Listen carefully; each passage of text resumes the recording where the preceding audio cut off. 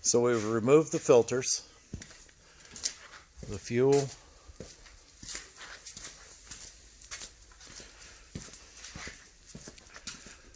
the oil, and the water filters. Starters off of it. You can see in there a little bit of stuff where mice have decided to make a nest. Okay, so we took the starter out. Bendix actually looks really good inside of it.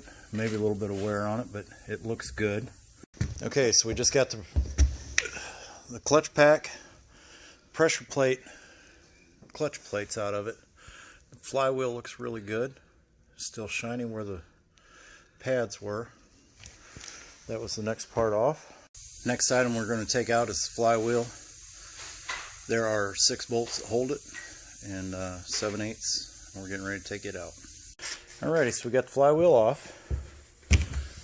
It's out of the bell housing. Now we can take the bolts out to hold the bell housing on. They're right there. You can see them here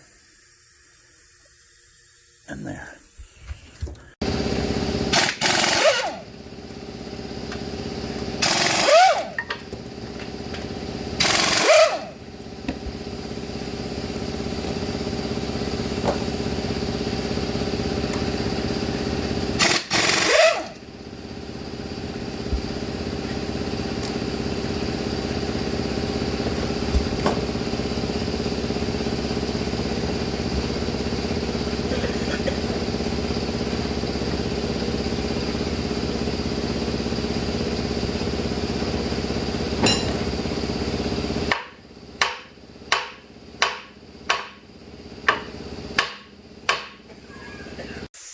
Alrighty,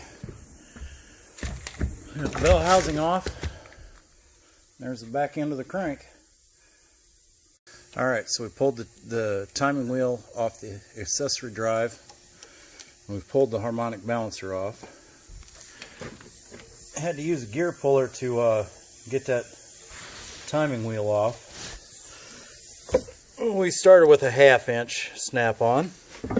We graduated to a Blue Point 1 inch, and when that wouldn't break it loose, we went to a Harbor Freight Earthquake.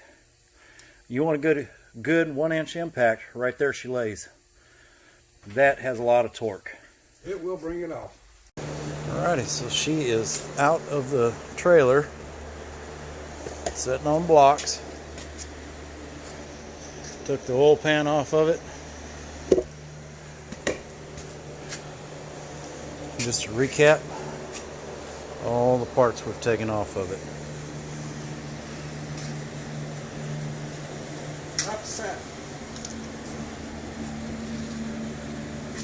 And the bell housing.